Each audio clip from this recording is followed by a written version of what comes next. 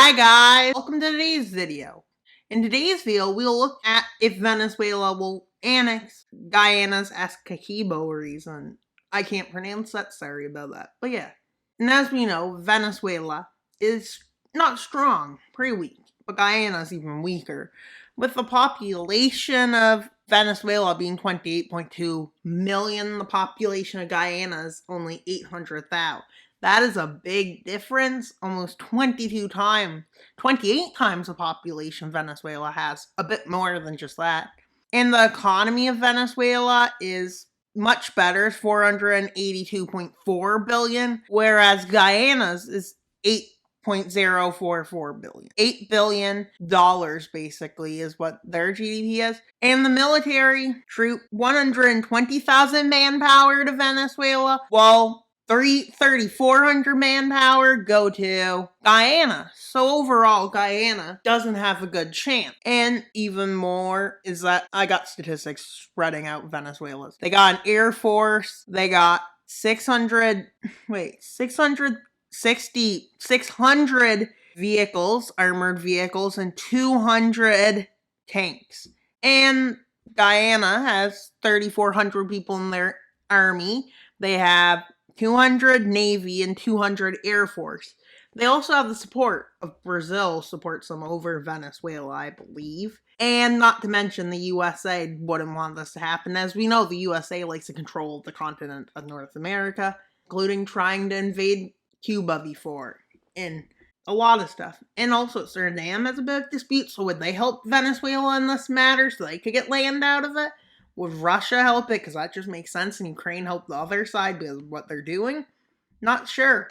But I can see Syria, Iran, or Russia, or Suriname helping them. Because, yeah, they're anti-Western. Plus Cuba and Nicaragua, because they could. But I see Guyana getting support from NATO, the USA, Brazil, and Ukraine. I'm saying that because it makes sense. And how long would the invasion take? If it's success and no intervention by the West, I would say a few months. If it has intervention, it might say it would still somewhat succeed. Maybe like a stalemate would be established if that happened.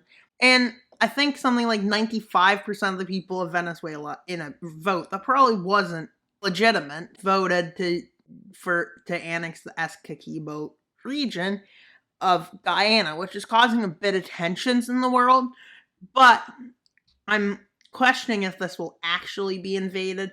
But I know there's like an oil patch. I believe there's an oil patch over here. Right here. They have oil. And their economy has been going up throughout the pandemic.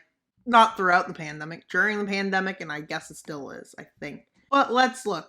So Guyana, if Venezuela did annex it, that would change the borders a lot. Guyana would be a third of its size if Suriname joined to be like very tiny. But I don't know what would happen. But let's look into it. So what happens first is Venezuela probably sends an ultimatum, which is probably rejected, most likely. I think often nations before wars will send ultimatums sometimes, but sometimes not.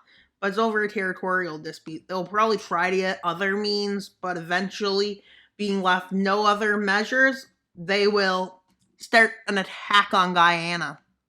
And it won't be a fast attack just because they're not strong enough to make it fast. But Venezuela quickly crosses the border. This causes huge tensions in the world, with America telling them to back down, and America, along with its allies, their chances are aiding Guyana and trying to help Guyana because it's a democracy. I believe Brazil would also probably say, don't do that, as they have troops on the border right here, I believe. They have troops right there. So aid is going into Guyana, let's say, at this point, which is probably a few weeks after the start. So aid probably just arrived. Brazil is probably questioning what to do. And now Russia, Cuba, Nicaragua, and other nations like Syria and Iran are probably starting to support them, with nations like China and India staying neutral because that's what's best for them. And with the aid coming in, this happens. And quickly they move in. And at this point, Suriname, seeing the success, they might try to align with Venezuela's attack. Meaning, I would say at this point, numbers of sanctions, like on the leaders and everything of Venezuela, like different things, like its economy and everything, has probably started. With the fall of Guyana probably happening, in this scenario, there is no direct intervention, and then the Essequibo region was annexed by Venezuela, and Suriname annexed a bit of land. As you can tell, in this scenario, Essequibo was taken over. And Essequibo, am I actually saying this right? Probably not, but am I trying? Yes. Let's do the other scenario where there is intervention. Venezuela mounts an attack, not expecting much resistance, and then they start their attack, not much yet, but once they occupy Essequibo, before Suriname would, when Suriname is starting to question joining, that's about when it happens. Essequibo falls, the rest of Guyana still stands. Brazil gets upset at this and joins the war, although I don't think Brazil probably would. If they could get away with it, they probably wouldn't, and I don't think the government's as anti-Venezuela as this scenario is going to show it. And the US, along with Canada, Britain, France, also get involved, as it's a big deal because France's lands there. I'd see Poland getting involved, but I don't see many of the red nations getting involved. What I mean, I would say possibly Cuba would get involved, but I doubt it because, well, they'll get stormed by the US, as we know. So let's say Venezuela does manage to get them to join for this scenario. Well, in that case, this will fall fast.